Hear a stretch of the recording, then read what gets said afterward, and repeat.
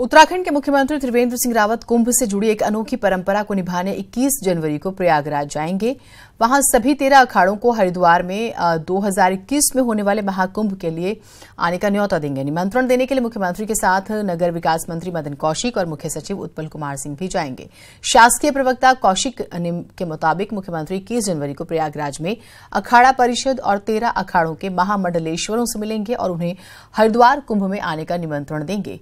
उन्होंने बताया कि ये परंपरा पुरातन काल से चली आ रही है। इसके बाद मुख्यमंत्री बनारस जाएंगे, जहां वो प्रवासी भारतीयों के एक कार्यक्रम में शामिल होंगे।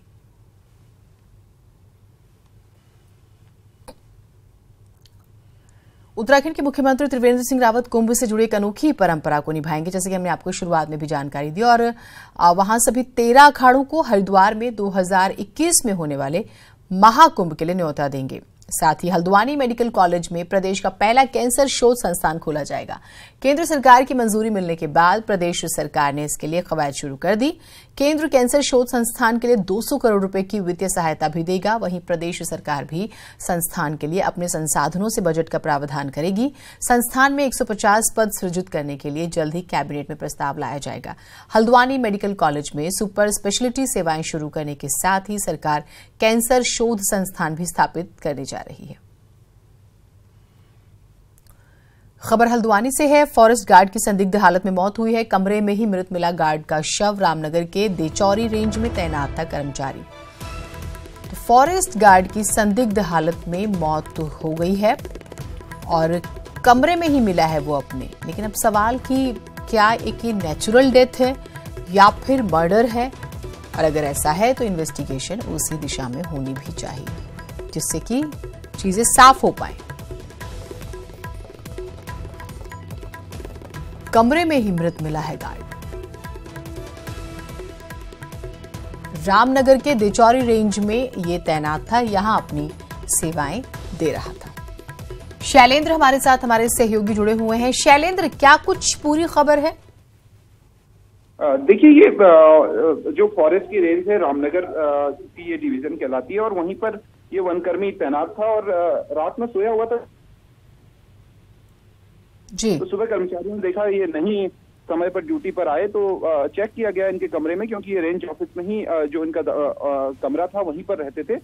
जब चेक किया गया तो क्योंकि रोजाना वक्त पर आ जाया करते थे ड्यूटी में, तो सवेरे सवेरे उनको जब चेक किया गया तो वो मृत मिले हैं और मुंह से हल्की सी ब्लीडिंग हुई है। तो ये अनुमान लगाया जा रहा है कि नाक से हल्की सी ब्लीडिंग हुई है, तो ये अनुमान लगाया जा रहा है कि उनको हार्ट अटैक से उनकी मौत हुई होगी। परिजनों को इसकी सूचना दे दी गई है और क्योंकि ठंड काफी ज्यादा है, फॉरेस्ट का इलाका है, तो यही अनुमान लगाया जा रहा है कि ठंड के कारण हो सकता है कि जो फॉरेस्ट कर्मी है उनकी मौत हुई है। बहुत शुक्रिया आपका तमाम जानकारियों के लिए। हालांकि अब इन्वेस्टिगेशन का ये विषय है, उसके बाद चीजें और दुरुस्त हो पाएंगी कि आखिर हुआ क्या था। भारत के 49 संस्थानों ने टाइम्स हायर एजुकेशन की प्रतिष्ठित इमर्जिंग इकोनॉमीज यूनिवर्सिटी रैंकिंग में इस साल जगह बनाई। इनमें से 25 संस्थान शीर्ष 200 में जगह बनाने में सफल रहे हैं। भारत के इंडियन इंस्टीट्यूट ऑफ साइंस को 14वां स्थान, जबकि आईआईटी बॉम्बे को 27वां स्थान दिया गया है। हालांकि दोनों संस्थान इस साल एक स्थान पीछे खिसके हैं, जिसका मुख्य कारण बढ़ती स्पर्धा है। टाइम्स हायर एजुकेशन के मुताबिक भारत ने 2018 में 42 संस्थानों की तुलना में इस साल सूची में 49 संस्थानों के जगह हासिल करने के साथ ही रैंकिंग में अपना प्रतिनिधित्व बढ़ाया है। आईआईटी रुड़की ने 21 स्थानों की लंबी छलांग लगाते हुए शेष 40 संस्थानों में जगह बनाई है। अब वो 35वें नंबर पर पहुंच गया है। आईआईटी इंदौर ने 61वां स्थान हासिल किया है। हल्द्वानी से खबर आ रही है। SC/ST स्टूडेंट्स को मिलेगा कोचिंग। समाज कल्याण विभाग करेगा कोचिंग की व्यवस्था। IAS, PCS, SSC, बैंकिंग की कोचिंग की होगी व्यवस्था। प्राइवेट कोचिंग सेंटर से कंट्रैक्ट करेगा विभाग। तो प्राइवेट कोचिंग सेंटर्स के साथ पहले इनकी एक कॉन्ट्रैक्ट पे साइन होगा। कुछ सेटलमेंट्स की बात करें हम, अब किसी तरह का एक टाइम पीरियड होगा और उसके मुताबिक जो SC/ST स्टूडेंट्स हैं वो जो हैं IAS, IPS तमाम जो ट्रेनिंग्स हैं, वो चाहे हम PCS या SSC की बात करें, बैंकिंग की कोचिंग व्यवस्था उनके लिए शुरू की जाएगी। खबर हल्द्वानी से भी आ रही है। यहां चोर गलिया थाने में हाथी घुस गया। देर शाम थाने में हाथी घुसा, जिससे पुलिसकर्मी दहशत में आ गए। किसी तरह थाने से भागकर पुलिसकर्मियों ने जान बचाई। हालांकि बाद में शोर मचाने और हवाई फायर करने के बाद हाथी जंगल की ओर गया, लेकिन बाद में भी काफी देर तक सितारगंज हल्द्वानी हाईवे पर हाथी चहलकदमी करता रहा।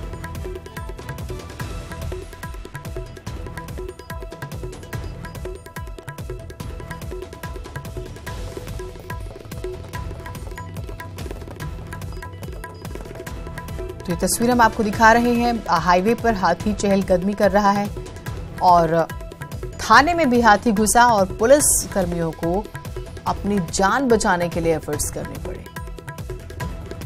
हवाई फायरिंग के बाद वो जंगल की तरफ भागा।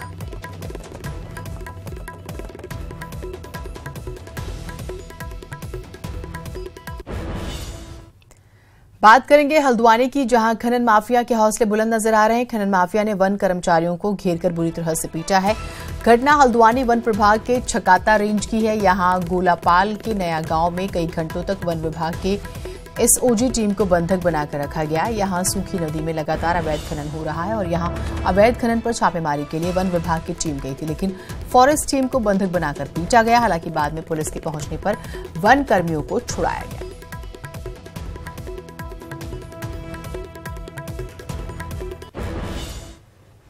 उधम सिंह नगर में न्यूज 18 की खबर का एक बार फिर से दमदार असर हुआ। बीते 11 जनवरी की बुलेटिन में हमने आपको दिखाया था कि किस तरह से पंतनगर के शांतिपुरी क्षेत्र में खनन माफिया फायरिंग कर तांडव मचाते हैं। न्यूज 18 की खबर का संज्ञान लेते हुए एसएसपी उधम सिंह नगर ने इस पूरे मामले की जांच सीओ रुद्रपुर को सौंप दी और आज इस पूरे मामले में अगर हम बात करें, कल की बात करें, आपको बता दें कि पुलिस ने 7 लोगों के खिलाफ 5 धाराओं में मुकदमा कल पुलिस ने दर्ज कर लिया।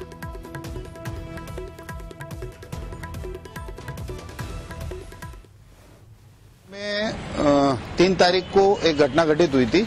उस संबंध में प्रथम सूचना के आधार पर एक मुकदमा कायम हो गया था, परंतु द्वितीय पक्ष के संबंध में जांच करके उनकी तरफ से तहरीर लेकर भी एक अन्य मुकदमा कायम कर दिया गया और उनके विरुद्ध भी वैधानिक कार्रवाई की जा रही है। पारदर्शी शासन व्यवस्था के दावों के बीच उत्तराखंड वन विभाग सरकार की मंशा और उसके दावों पर पलीता लगाता हुआ नजर आ रहा है। रोज रोज वायरल हो रहे वन कर्मियों के वीडियो और ऑडियो से साफ जाहिर होता है कि वन विभाग गले तक भ्रष्टाचार में डूब चुका है, फिर चाहे दावे कुछ भी कर लीजिए।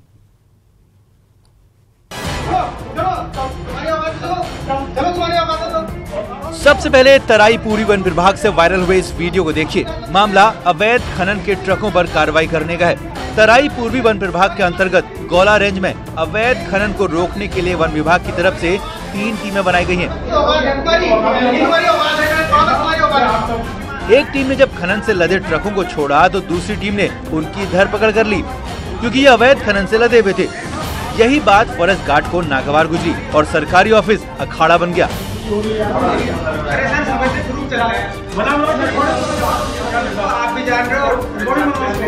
तराई पूर्वी से ही आई वन कर्मियों की इस दूसरी वीडियो क्लिप को सुनिए।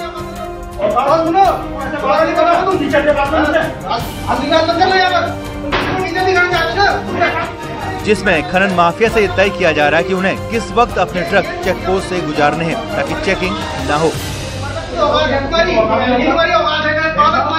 देखिए, ऐसा है कि कहीं पर स्पोरेडिक बेसिस पे इक्का दुक्के मामलों में कोई स्टाफ में आपस में अनबन हो जाती है तो उस पर तो कुछ कहना ठीक ना होगा, पर अगर कहीं कोई फॉर्मल सा इस तरह का इंसिडेंट होता है तो उसकी बाकायदा जांच करके उसके तथ्यों पे पहुंच करके ही हम कोई कार्रवाई कर सकते हैं। हालांकि वन विभाग में ये कोई नई बात नहीं है। 2018 की शुरुआत में चंपावत के तत्कालीन डीएफओ ए.के. गुप्ता का भी लीसा में कमीशन को लेकर ऑडियो क्लिप चर्चा का विषय बना था।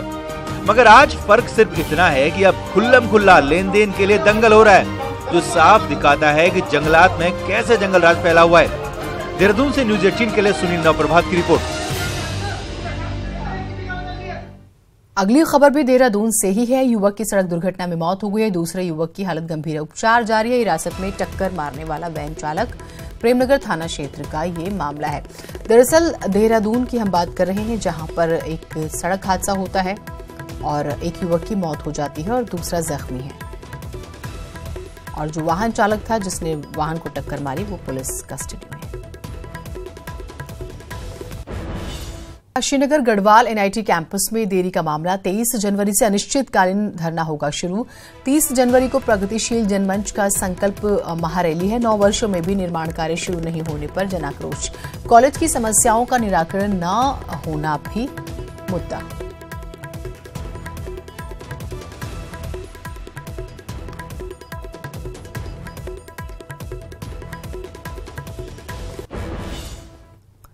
पिथौरागढ़ के नैनी सैनी एयरपोर्ट से आज से नियमित उड़ान शुरू हो जाएगी और इसकी सभी तैयारियां पूरी कर ली गई हैं। जिला प्रशासन ने हेरिटेज एविएशन, एटीएस, डीजीसीए और सुरक्षा अधिकारियों के साथ बैठक कर तैयारियों को अंतिम रूप दे दिया।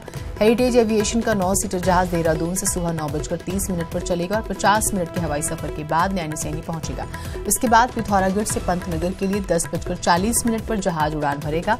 हवाई सेवा को लेकर लोगों में क्रेज काफी है। 25 जनवरी तक के सभी टिकट्स बुक हो चुके हैं।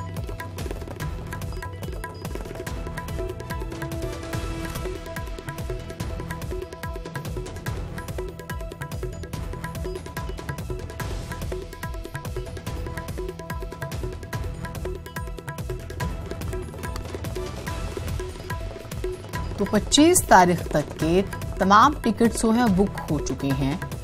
आपको एक बार फिर से बता दें कि हेरिटेज एविएशन की बात करें, 9 सीटर जहाज देहरादून से सुबह 9:30 पर चलेगा और 50 मिनट की हवाई सफर के बाद नैनी सैनी पहुंचेगा।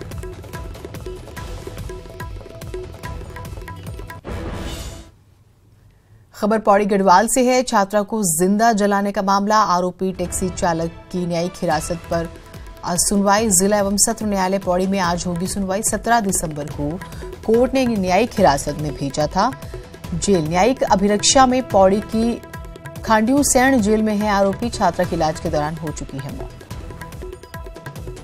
तो 17 दिसंबर को कोर्ट ने न्यायिक हिरासत में भेज दिया था।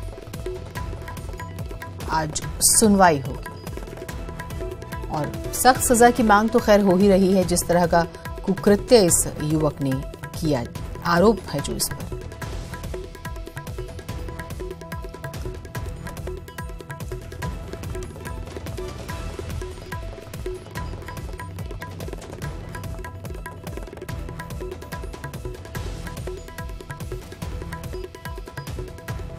सुधीर भट्ट हमारे साथ हमारे सहयोगी जुड़े हुए हैं। सुधीर जी, ये पूरा मामला जब सामने आया उस वक्त भी एक प्रेशर था। आज सुनवाई होगी, क्या कुछ तस्वीरें फिलहाल जो है वो नजर आ रही हैं?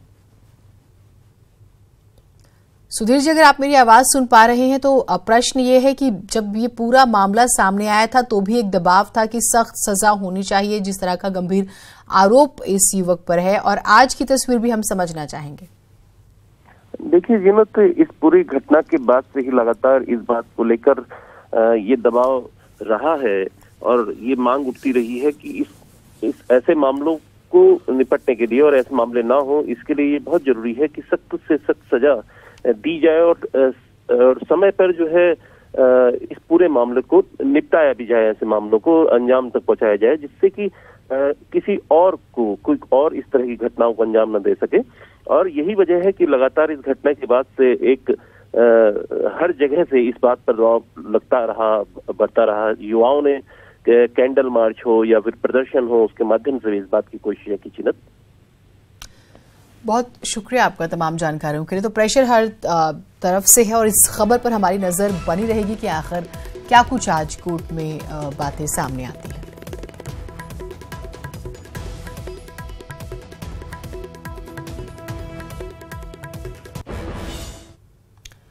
उत्तराखंड में सही तापमान ने कम बारिश के बावजूद भी काश्तकारों को राहत दी, लेकिन जल्दी एक और बर्फबारी का एक और दौर किसानों के लिए बेहद जरूरी है। रिपोर्ट।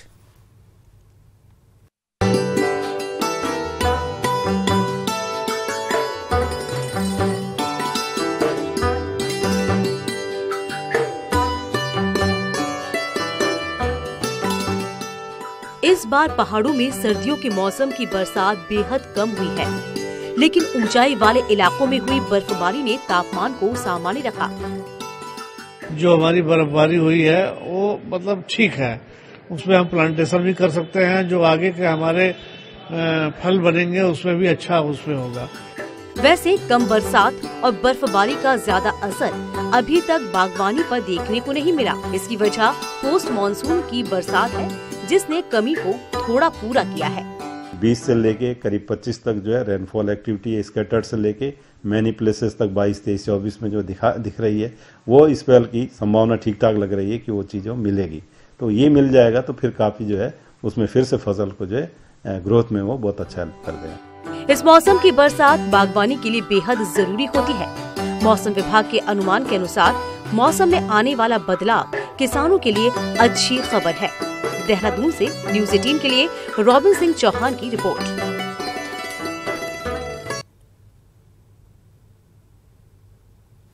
हमारी पहुंच आपकी ताकत है। न्यूज़ 18 उत्तराखंड को देखने के लिए आप लॉग इन कर सकते हैं news18uk.com, फेसबुक पेज है /news18uk और हमारा यूट्यूब चैनल है /news18up उत्तराखंड। नमस्कार।